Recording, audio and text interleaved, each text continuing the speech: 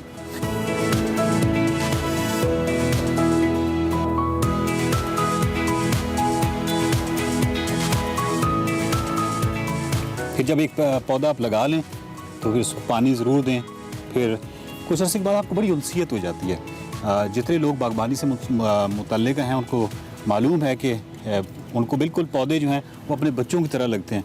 वो रोज़ाना देखते हैं उनको और पानी देते हैं।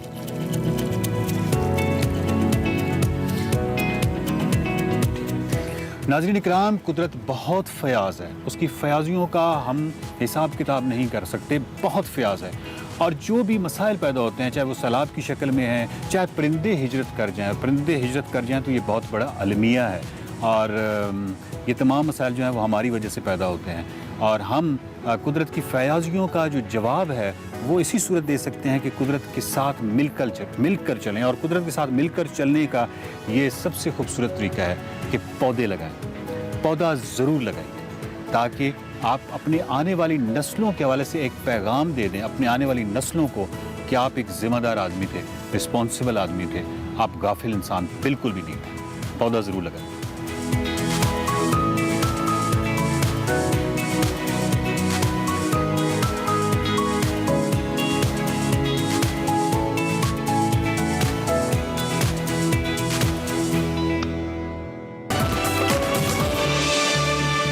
एक्सप्रेसो में आपको एक बार फिर से खुश आमदीद कहेंगे। ब्रेक पर जाने से पहले आपने हमारा आज शजरकारी के हवाले से जो हमारी कैंपेन है उसमें वकार अहमद मलिक की कंट्रीब्यूशन देखी। तार साहब चूंकि हमारे साथ मौजूद है, मैं ज़रूर चाहूँगी तार साहब एक कमेंट इस हवाले से कि शजरकारी अब चूँकि गवर्नमेंट भी इस पर फोकस्ड है और हम तो कोशिश करते हैं कि ज़िंदगी में और इनकरेज भी करते हैं कि हर इंसान एक पौधा ज़रूर लगाए, चाहे वो अपने बच्चे का नाम का है, अपने नाम का है। तो आप इसको किस तरह से देखें? अच्छा अर्मिला, एक मैं अपना एहतजाज रिकॉर्ड करवाना चाहता हूँ जी कि हमेशा न्यूज़पेपर्स में भी दूसरी जगहों पे भी जब कोई पौधा लगाया जाता है तो उसके साथ ये आता है कि फ़लाँ साहब फ़लाँ जगह एक पौधा लगा रहे हैं। भाई उस कमबख्त पौधे का कोई नाम भी तो होगा। आप नाम क्यों नहीं बताते? नोबडी वुड नो कि आप क्या लगा रहे हैं। एक नायत ही फजूल बेफजूल कोई पौधा लगा रहे हैं, कोई अच्छा लगा रहे हैं और उस पौधे की रिक्वायरमेंट क्या है। आप कभी ये कहते हैं कि फ़लाँ साहब एक इंसान को मिल रहे हैं, इंसान का नाम होता है ना, इसी तरह पौधों के नाम होते हैं। आई फील कि उनको इतनी जानकारी होनी चाहिए कि वो बताएं कि कौन सा पौधा लगा रहे हैं, नंबर वन। दूसरा ये कि इसमें तो कोई शक शुबे की गुंजाइश नहीं। बहुत मेरी ऑब्जर्वेशन है क्लाइमेट चेंज की। मसलन 1955 था और मैं गवर्नमेंट कॉलेज की जो थी माउंटेनियरिंग टीम उसका एक मेंबर था। That was the first mountaineering and trekking team किसी भी जगह की जो नॉर्थ को गई। आई वाज द मेंबर और वो किशन गंगा एक्सपीडिशन कहलाई। तो हम रस्ती गली टॉप पे गए। That was 16,000। अच्छा। और जब हम गए हैं तो वहाँ पे बर्फ़ थी और धुंध थी और सर्दी थी। बहुत अरसे के बाद आज से 5-7 साल पहले मैंने वही ट्रैक दोबारा किया जस्ट टू फाइंड आउट कि कोई चेंजेस क्या है या मैं उसी तरह एंजॉय करूँ। कैन यू बिलीव इट कि रत्ती गली के ऊपर चट्टानें थीं और धूप थी और गर्मी थी। अच्छा। ये है क्लाइमेट चेंज आपके बिल्कुल सामने जो मैंने देखा है। और उसकी वजूहात अब वो बड़ी लंबी चौड़ी हैं। मैं शजरकारी की तरफ आता हूँ क्योंकि शजरकारी जो है वो मेरे पेशे में भी शामिल है। मेरे वालिद साहब जो थे उन्होंने ज़राइत के ऊपर को 20-22 किताबें लिखी चौधरी अहमद खान तारड़ ने। जी। हमारा पेशा भी बीज और सब्जियों और फूलों के बीज और पौधों का था। बल्कि नॉर्दर्न एरिया में शंग्रीला में जितने गुलाब लगे हुए हैं वो हमारे भेजे हुए हैं माशाल्लाह। तो कहने का मतलब ये है कि ये सब कुछ मेरे अंदर है। वो ज़रखेज़ी जो मैं हमेशा कहता हूँ कि ज़रखेज़ी जो मेरे अंदर क्रिएटिविटी की है वो पौधों की है और इस सरजमीन की और इस मिट्टी की है। क्योंकि मैं इस मिट्टी की खुशबू को समझ सकता हूँ, बहुत सारे वो समझ नहीं सकते। और जब तक आप कमिटेड नहीं होते उस मिट्टी के साथ, और उस मिट्टी के साथ कमिटमेंट क्या है, इस सरजमीन के साथ, इस पाकिस्तान के साथ कमिटमेंट, तो जब तक वो आपके अंदर नहीं आती, आपको मिट्टी की खुशबू नहीं आती, आप पैट्रियाटिक नहीं हो सकते। झंडे लहराने से और नारे लगाने से नहीं हो सकते। चुनांचे बात लंबी हो जाएगी, मैं सिर्फ 1-2 बातें करता हूँ। छोटा सा घर है मेरा डिफेंस में, वहाँ पे मैंने जानबूझ के जो पुराने हमारे अपने शजर हैं वो लगाए हैं। मसलन वहाँ पे मैंने कीकर लगाया। अच्छा। And you will be amazed to know कि kikar is one of the most beautiful trees in the world. Khalid Iqbal sahab जो सबसे बड़े लैंडस्केप पेंटर थे हमारे जी, वो हमेशा कीकर पेंट करते थे। तो एक रोज़ मैंने कहा कि खालिद साहब कोई और भी या अमलताश करते थे लेकिन ज़्यादातर कीकर। तो उन्होंने कहा, उनका तार साहब आप कभी कीकर की साख्त पे गौर करें। It is the most creative tree in the world. कोई एक आपने भी आइंदा गौर करें। जी बिल्कुल। कोई एक कीकर दूसरे से एग्जैक्टली मुशाबे नहीं होगा। वाह वाह वाह वाह। आम का दरख्त उसी तरह होगा, पीपल का दरख्त उसी तरह होगा, बोर्ड का दरख्त उसका एक खास शेप होगा, पीपल का नहीं होगा। माजरत के साथ रोकना पड़ेगा, हाँ, ब्रेक पे जाना हाँ, है। जरूर। ब्रेक से वापस आएंगे, दोबारा यहीं से दोबारा कंटिन्यू करेंगे। ब्रेक लेते हैं, ब्रेक के बाद हिना न्याजी और आप लोग देख रहे हैं मेरा पाकिस्तान।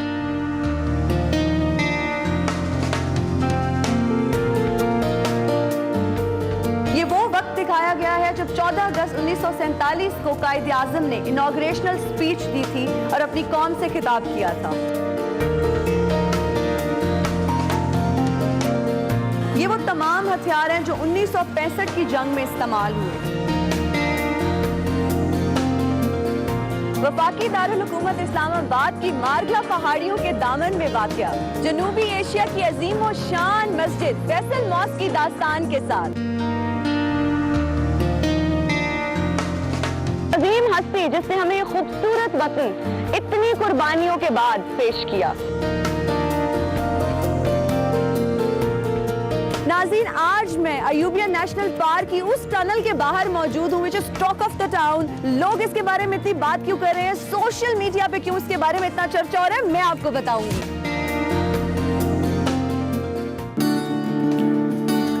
उठो मेरी दुनिया के गरीबों को जगा दो, काहे उमरा के दर दीवार हिला दो। लाहौर म्यूजियम, जिसको म्यूजियम्स की लैंग्वेज में मदर ऑफ ऑल म्यूजियम्स कहते हैं।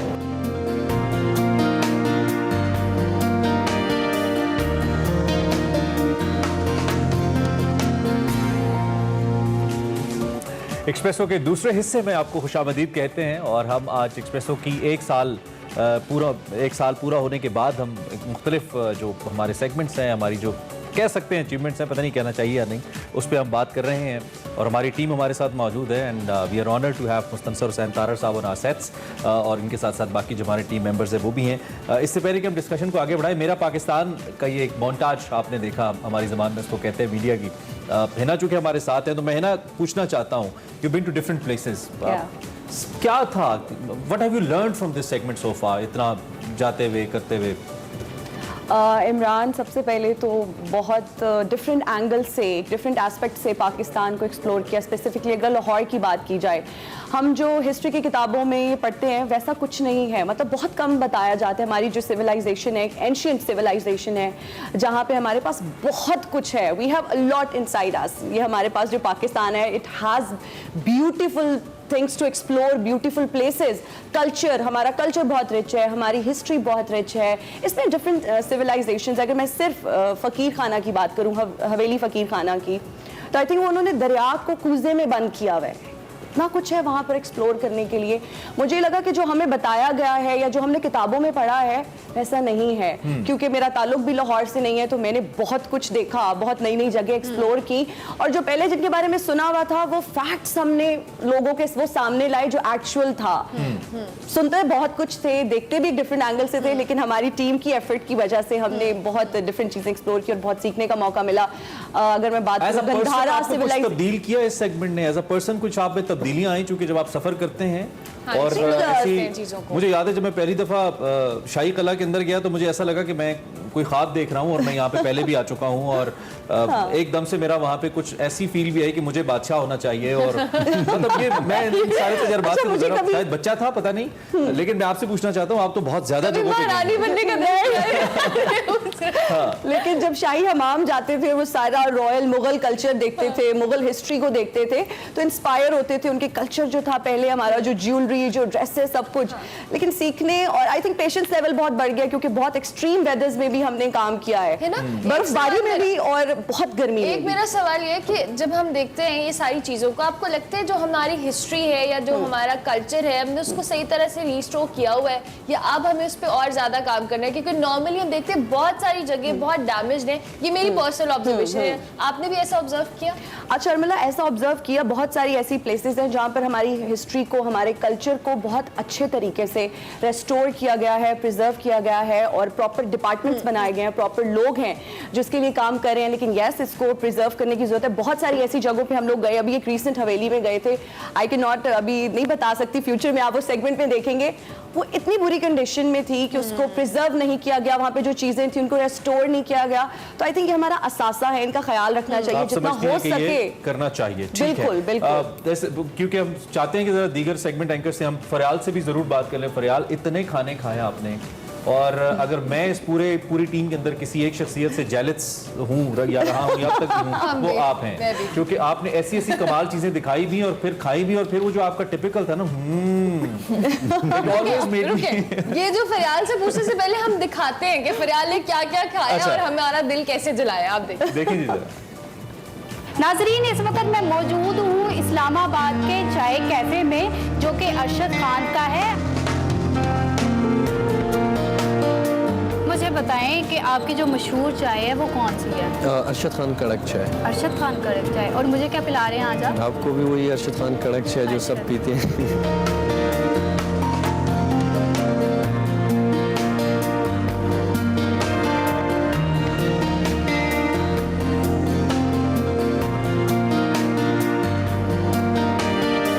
अच्छा, इनके खाने में ऐसी क्या खास बात है जो आप खुद तो आई हैं लेकिन पूरी फैमिली को भी साथ लेके आई हैं? बेटा अच्छा, ताज़ा और जायकादार हमें पसंद है, तो इसलिए हम बार बार आ रहे हैं।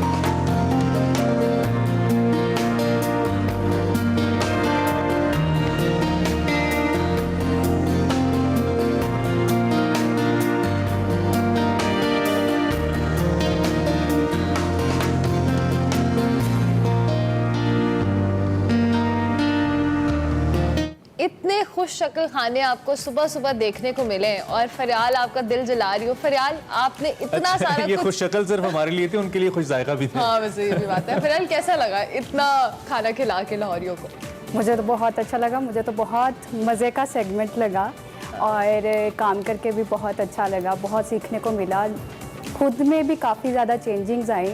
लेकिन जो इमरान ने मेरे से पूछा था कि जो आप करती थी बाद में, वो नेचुरली हो जाता था। खाना बहुत मज़ेदार रहता था। तो फरियाल, मतलब ऑब्वियसली इतना ऑयली खाना है और मतलब आपने कवर करना है रोज, तो खा खा के बंदा वेट भी तो गेन करता है। आपने कैसे मेंटेन वेट लूज किया उल्टा? हाँ एग्जैक्टली, वो मेंटेन कैसे किया इसको? वो मैंने खुशी को देख देख के मेंटेन किया। अच्छा, हमारा नहीं हुआ खुशी को देख देख के? हम तो रोज सेट में देखते थे, हम तो जब मैं भी ऑफिस में एंटर हो रहा होता हूँ तो फरियाल, इनके प्रोड्यूसर जब बाहर जा रहे होते हैं तो बिल्कुल ज़हन के किसी गुमान में भी नहीं होता कि ये काम पे जा रहे हैं, गलत खाना खाने जा रहे हैं। अच्छा, यूजुअली तो खाना खाने जब हम जाते हैं हमें बड़ी खुशी होती है कि यार बाहर जाते हैं खाना खाते हैं, लेकिन आपका चूंकि काम है और अगर ऐसी कोई भी एक्टिविटी काम से मुंसलिक हो जाए तो करने को दिल नहीं करता। जैसे वैसे आप कोई भी काम कर रहे हो, मिसाल क्या दी जाए, तो आपका चूंकि खाना खाना काम है और फिर उसके ऊपर रिपोर्टिंग करना या सेगमेंट्स करना, तो कभी ऐसा नहीं दिल किया कि ये क्या काम है, नहीं करती, मतलब तंग आ गई हूं मैं? नहीं, ऐसा काम तो अल्लाह नसीब करे हर किसी को। लोग कहते हैं कि ऐसी नौकरी, ऐसी जॉब हमारी भी होनी चाहिए। अच्छा, खाना खाने को मिले वैसे। ठीक है। फिटनेस के हवाले से खुशी हमारे साथ चूंकि मौजूद है। खुशी, खुशी इतनी डेडिकेटेड है अपनी फिटनेस को लेकर। अगर आप इनका सोशल मीडिया देखें, इनका इंस्टाग्राम देखें, तो मैं कभी कभी तो परेशान हो जाता हूँ और मैं इनसे पूछता भी हूँ कि क्या आप घर भी जाती हैं या 24 घंटे जिम में ही रहती हैं? हाँ, तो और इतना वर्कआउट कर कैसे लेती फिर हैं? जब फरियाल ऐसे खाने खिलाती है हम जैसे लोगों पे, वो हम गेन करते हैं, तो उनको पतला करने की आपको मोटिवेशन कहाँ से आती है? आई गेस हम जो लाइव शूट कर रहे होते हैं यही एक मोटिवेशन होती है लोगों के लिए कि I am telling them to do something, हम कुछ सिखा रहे हैं, और आई गेस करते हुए देखते हुए भी मोटिवेशन होती है। आई गेस आपको भी हो रही होगी कि like if she is doing तो we should do it as well. अच्छा, मेरे ख्याल में हमारी सोसाइटी के अंदर हमें मुख्तलिफ शोबों में काम करने वाली ख़वातीन बहुत मिल जाएंगी, लेकिन मेरे ख्याल में जो फिटनेस ट्रेनर्स हैं ये सबसे कम है। अगर सबसे कम किसी शोबे में ख़वातीन है, मेरी फीलिंग है ये, तो वो फिटनेस ट्रेनर्स हैं। तो ये कैसे डेवलप किया अपने अंदर? और ये बड़ा मुश्किल काम है। I guess it was something related to fitness I wanted to do काफ़ी देर से। तो यहाँ पर इतना ज़्यादा स्कोप नहीं है फॉर फीमेल स्पेशली कि वो स्पोर्ट्स में इन हो या इंटरनेशनली जाएं। माशाल्लाह हमारे जीत के आए हैं, जीत के नहीं आए लेकिन they are like first time गए, 5th आए, and congratulations to them as well. It was like he's just 21 and he achieved so much. लेकिन ये है कि for females it's very difficult to go somewhere and achieve something. I guess ये सबसे ज़्यादा relatable था। बिल्कुल ठीक है, बिल्कुल ठीक है। चलिए आगे बढ़ते हैं। ब्रेक लेनी हमने? बिल्कुल ब्रेक लेनी है। ब्रेक के बाद वापस आएंगे और अपनी जो हमारे मौजूद मेहमान इस वक्त हमारे साथ कैसे, इनकी गुफ्तगू सुनने का हमारा बहुत दिल कर रहा है और हम सुनेंगे। और जरा मॉर्निंग शोज के हवाले से इन पर्टिकुलर आज जरा तार साहब से लाइव कुछ जानने की कोशिश करते हैं। ब्रेक लेते आते हैं।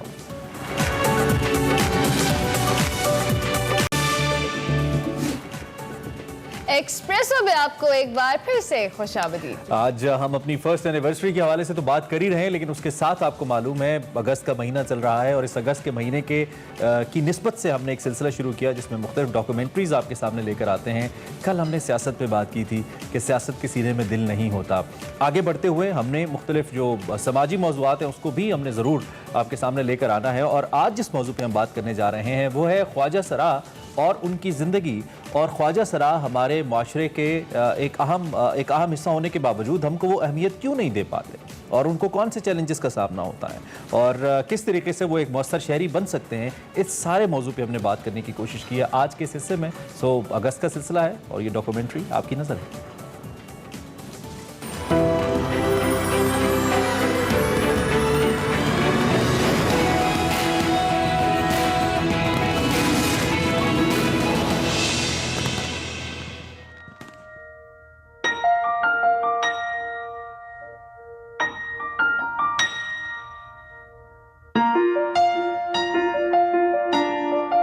किसी पैदाइशी इंसानी माजूरी के पीछे अनगिनत अवामिल हो सकते हैं। कई बच्चे मुख्तलिफ पैदाइशी बीमारियों और माजूरियों के साथ पैदा होते हैं। मुआशरा उन्हें कबूल करता है। ऐसे बच्चे के इर्द गिर्द रहने वाले उसकी माजूरी को उसकी तरक्की की राह में रुकावट न बनने की कोशिश करते हैं। लेकिन एक माजूरी ऐसी है कि इर्द गिर्द का मुआशरा तो रहा एक तरफ, वालिदैन तक छोड़ देते हैं। कैसी अजीब बात है कि एक बच्चा जो जिनसी आज़ा के हवाले से माजूरी लेकर पैदा हो उसको उसके वालिदैन तक ने छोड़ दिया। ऐसे बच्चों और अफराद को मुआशरा हिजड़ा कहता है। माँ बाप जो अपने बच्चों को शदीद तरीन तकलीफ के बावजूद नहीं छोड़ते, उन्होंने भी छोड़ दिया।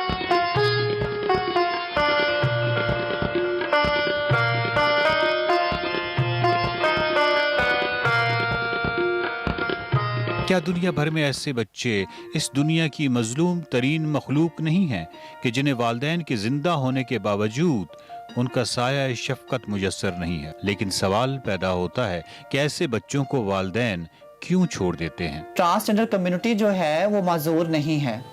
मैं आपके सामने बैठी हुई हूँ तो क्या मैं माजूर हूँ?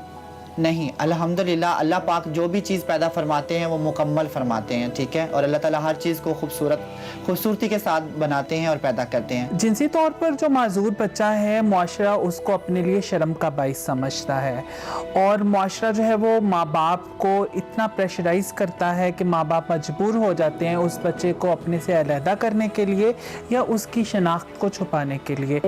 इनके साथ कोई इम्तियाजी सलूक होता है, औरतों के साथ भी इम्तियाजी सलूक होता है। तो औरतें और ये जो हैं तीसरी जिन्स जिनको आप कह लें, इनके साथ जो मर्द हैं ना, उनका हमेशा से सलूक जो है ये इम्तियाजी रहा। हमारे निज़ाम में सबसे ज़्यादा है, इधर सरी निज़ाम है क्योंकि हम हिंदुओं से मुसलमान हुए सुफ़ाए कराम की वजह से।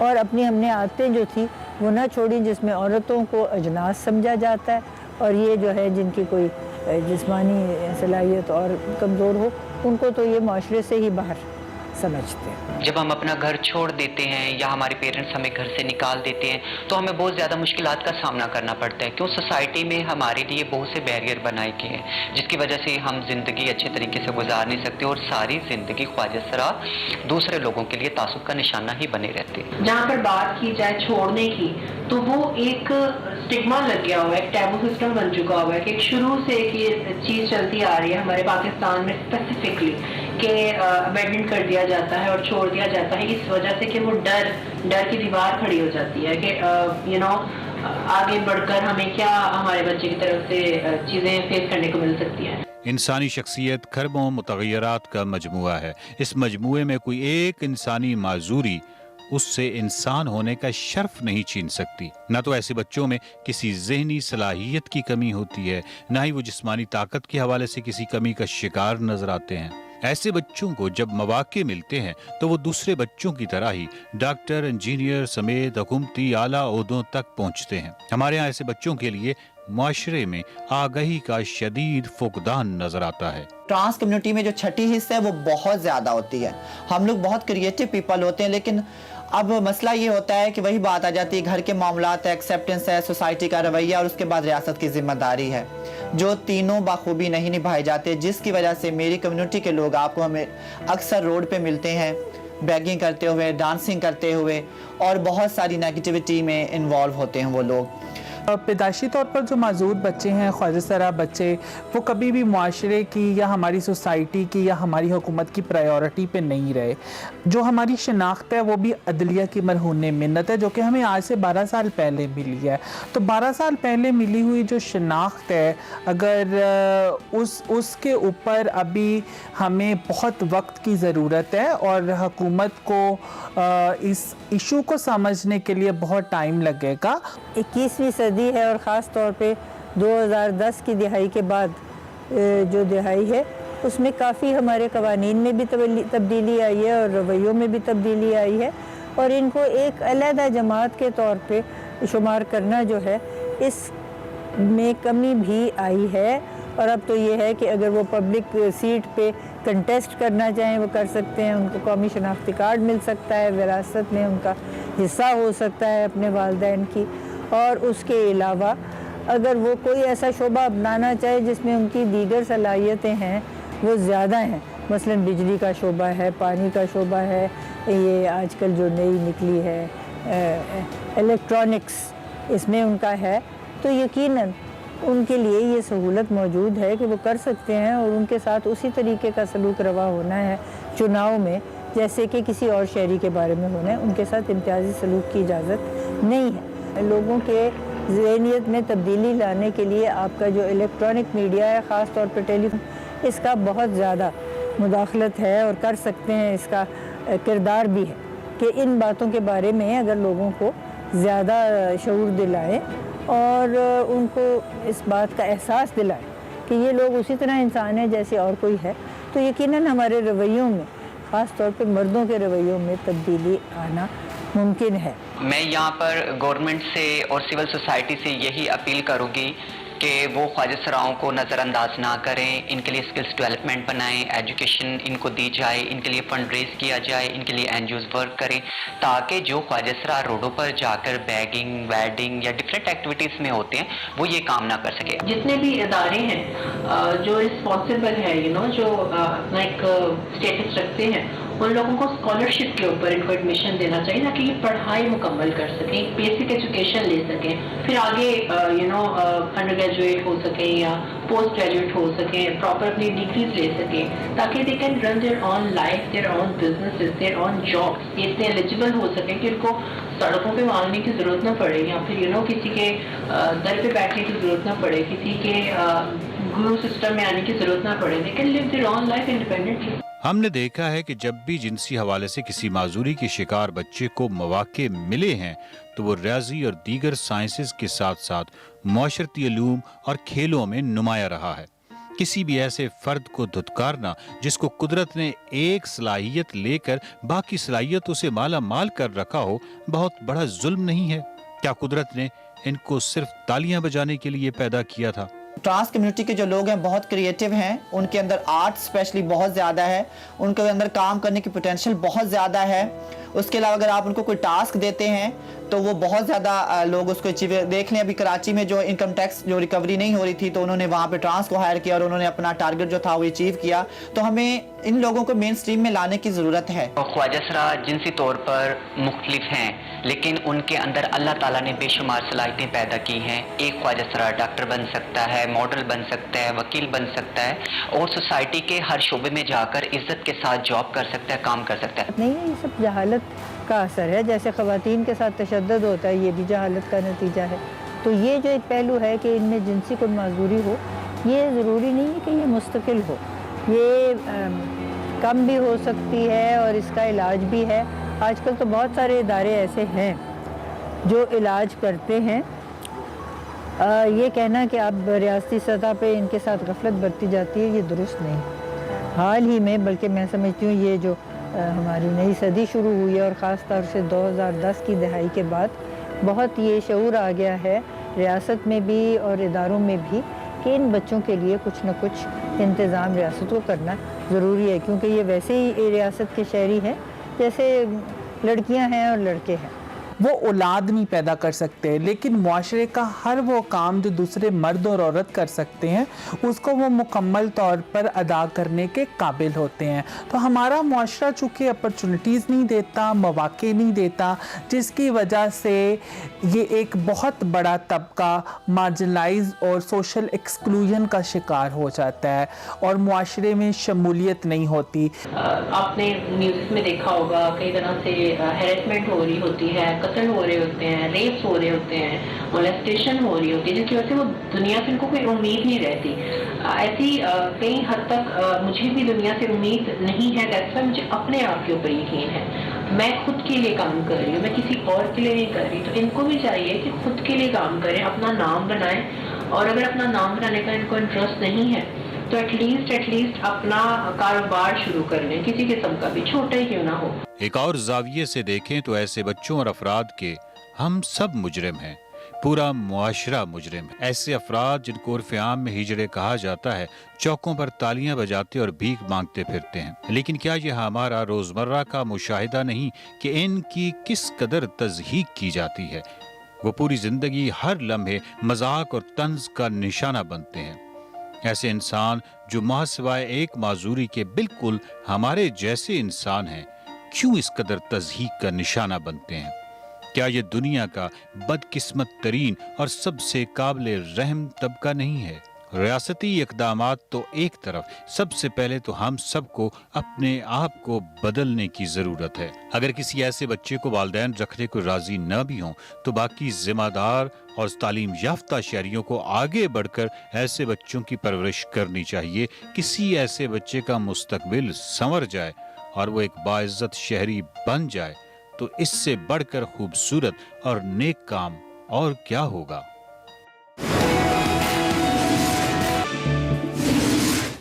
एक्सप्रेसो में आपको एक बार फिर से खुशामदीद। ऐसा फर्स्ट एनिवर्सरी और इसी सिलसिले में हम आपके साथ मौजूद हैं, इस उम्मीद के साथ कि थोड़ा सा रूटीन से हट के भी हमारा प्रोग्राम आपको अच्छा लग रहा है और आपका जो वक्त है वो कुछ खास बुरा नहीं गुजरा हमारे साथ और आप हमारे साथ अच्छे तरीके से सुबह का आगाज़ किए बैठे हैं। मुस्तनसर हुसैन तारर साहब हमारे साथ मौजूद हैं। तारर साहब, आपकी जितनी भी बुक्स के जो मैं कवर पेजेस देखता हूँ, कवर्स देखता हूँ, एक ज़िंदगी का एहसास होता है, ऐसा लगता है कुछ नया आने वाला है, कोई नई उम्मीद है, कोई आगाज़ है।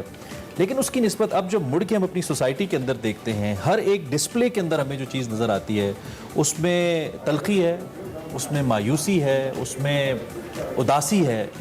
तो क्या ये महज एक इनफरादी सोच है जो मुझे उस जानिब लेके जाती है, या वाकई हमारा एक सोसाइटी, माशरे के तौर पर हम उस डगर पे चल निकले हैं जिसमें मायूसी के अलावा हमें कुछ नज़र नहीं आता? मैं चाहता हूँ आप अपने तजर्बे की रोशनी में इसके ऊपर बेसिकली कल ही ये गुफ्तगू हो रही थी कि हमारा मुआशरा जो है ना, वो ट्रेजेडी को पसंद करता है, रोने धोने को पसंद करता है। आप शायर हजरात को देखें, रोने धोने के अलावा उनको कोई काम नहीं। महबूब इतना बेवफा उन्होंने चुना हुआ है, जो हर किसी के साथ चला जाता उनके साथ नहीं जाता। तमाम तर बदकिस्मतियाँ जो है, ज़ालिम आसमान वगैरह वगैरह, ये एक नेगेटिव एक सोच जो है डेवलप हो गई है। और जिस तरह वकार वो जो अपने आप को अजियत देते हैं, उसको अंग्रेज़ी में क्या कहते हैं? स्टैटिस्टिक्स। हाँ, उसको जो अपने आप को अजियत देने में हम लुत्फ़अंदोज़ हैं। चुनांचे हम खुशी बर्दाश्त ही नहीं कर सकते। यहाँ मुसर्रत जो है उसको बर्दाश्त नहीं किया जा सकता।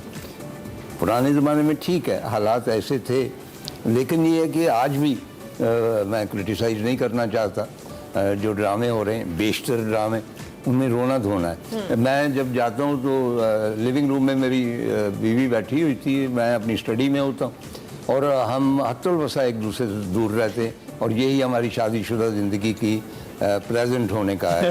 हाँ, मतलब है कि ज़्यादा मेल जोल भी नहीं, तो वो कोई ना कोई ड्रामा देख रही है, जो बेशक वक्त 3 काम कर रही है। एक तो वो गेम खेल रही है उसके ऊपर, वो आईपैड पे, ठीक है। दूसरा अपने किसी बच्चे से बात कर रही है सहेली, तीसरा टेलीविज़न लगा हुआ, उसके दरमियान मेरी तो गुंजाइश ही नहीं रहती। चुनाचे वो मैं जब जाता हूँ, कोई ड्रामा चल रहा होता तो मैं कहा करता था, मैंने कहा अच्छा मैं प्रिडिक्ट कर सकता हूँ कि अगले 2 मिनट में तलाक का लफ्ज़ इस्तेमाल हो, या अगले 2 मिनट में वो जो हीरो है वो हीरोइन को थप्पड़ मार देगी, या ये है कि किसी बहू की बेइज्जती होगी, या कोई सास घूरती आएगी। और ऐसा ही होता है हमारे अंदर, वो जो है अपने आप को अजियत देने का सिलसिला वो बैठ चुका है।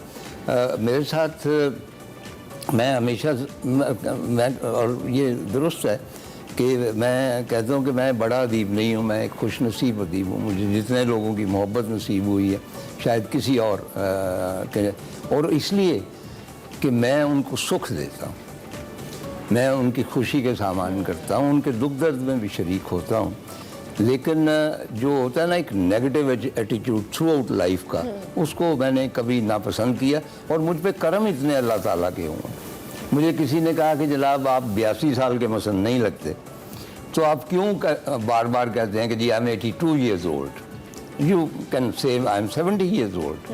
तो मैं हमेशा ये कहता हूँ कि अच्छा अगर मैं कहूँगा कि मैं 70 years old हूँ, दैट मीन्स कि अगले 12 साल में अल्लाह ताला ने जितने मुझ पे करम किए, जो मेहरबानियाँ की हैं, उनको मैं नलीफाई कर रहा हूँ। चुनाचे मतलब है कि जो एटीट्यूड है, जिस तरह मैं इनको कह रहा था कि जी अदब ज़वाल पजीर है, हमारा मुआशरा जो है ये हो गया है, ये यंगर जनरेशन बिल्कुल फजूल है, अच्छा इनको एटिकेट नहीं आते। जो हमारे टीचर थे आजकल तो है ही नहीं, जो खुराकें हमने खाई हैं वो खुराकें होती ही नहीं थी भाई, भूख थी। और यू कांट इमेजिन कि मुआशरा किस तरह था और किस तरह उस ज़माने में स्ट्रगल होती थी। तो वो उन दिनों गुर्बत सी ज़्यादा, अब माशाल्लाह we are very well off. यानी मैं वहाँ पे एक दफ़ा साग कॉन्फ्रेंस में दिल्ली में गया तो कई लोग आए मुझसे बात की, क्या पाकिस्तानी? तो मैंने कहा आपको कैसे मालूम होगा, क्योंकि मेरी शक्ल मतलब वो इंडियन है, मुझ पर एक तिलक लगा दे मैं एक महात्मा लगूंगा। तो वो कहते थे कि आपकी सेहत और आपकी रंगत से पता चलता है कि आप Pakistani. So we are very lucky. और ये अल्लाह ताला की नाफरमानी होगी और नाशुक्री होगी अगर हम उसका शुक्र ना अदा करें और उसकी तौसीफ ना करें। अच्छा एक बात मैं कहना चाहता हूँ कि क्योंकि प्रोग्राम का नाम क्या है? एक्सप्रेसो। एक्सप्रेसो कॉफ़ी जी। और अभी मुझे जो कॉफ़ी सर्व की गई है, आई होप कि ये मग मैं साथ ले जा सकता हूँ। जरूर। अच्छा, तो कॉफ़ी भी बड़ी अच्छी, मुझे नहीं मालूम था, क्योंकि आपके अलावा जो चीज़ मैं बहुत एडमायर करता हूँ कि आपका जो ये लोगो चलता है मुख्तलिफ प्रोग्राम्स के दौरान, ये बहुत ही यूनिक है, किसी और चैनल का इस किस्म का नहीं, एंड वेरी अट्रैक्टिव, क्रिएटिव है। तो वजीर साहब मुझे मिलने आए तो ही टोल्ड मी कि एक्चुअली ये लोगो जो है इस तरह मतलब क्रिएट किया गया है कि जैसे कॉफ़ी का कप उठाएं तो नीचे काफ़ी का एक गोल सा दायरा बन जाता है, ये वो दायरा। तो आज मुझे पहली मरतबा महसूस हुआ, यहाँ नहीं बना, आई एम सो सॉरी, अगर ये पूरी भरी होती। That's really amazing, that's really amazing। आप इतने ज़बरदस्त ख्यालात सुनने के बाद हमें मतलब मज़ीद एनर्जी आ गई हमें। लेकिन उसके लिए हमें एक ब्रेक चाहिए, ब्रेक लेंगे, ब्रेक के बाद हाजिर होंगे। आप देखते रहिए एक्सप्रेसो।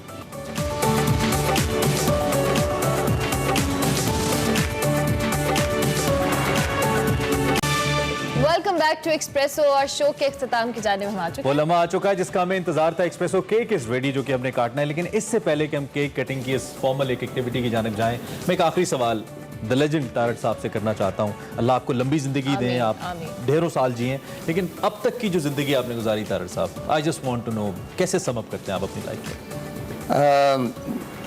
मेरी जो ज़िंदगी का मंशूर है उसे एक तवाइफ ने बयान किया है, उमराव जान अदा ने। उसने कहा कि किसको सुनाएं हाले दिले जार ए अदा। वाह वाह वाह। किसको सुनाएं हाले दिले जार ए अदा, आवारगी में हमने ज़माने की सैर की। वाह वाह वाह वाह वाह वाह, क्या बात है। आगे कुछ कहने को नहीं है। इससे पहले कि हम प्रोग्राम खत्म करें, लाजमी चाहेंगे कि हम तारड़ साहब के हाथों से आज एक्सप्रेसो की पहली सालगिरह का केक कटे और हम भी ज्वाइन करते हैं वहाँ पे बैकग्राउंड पे।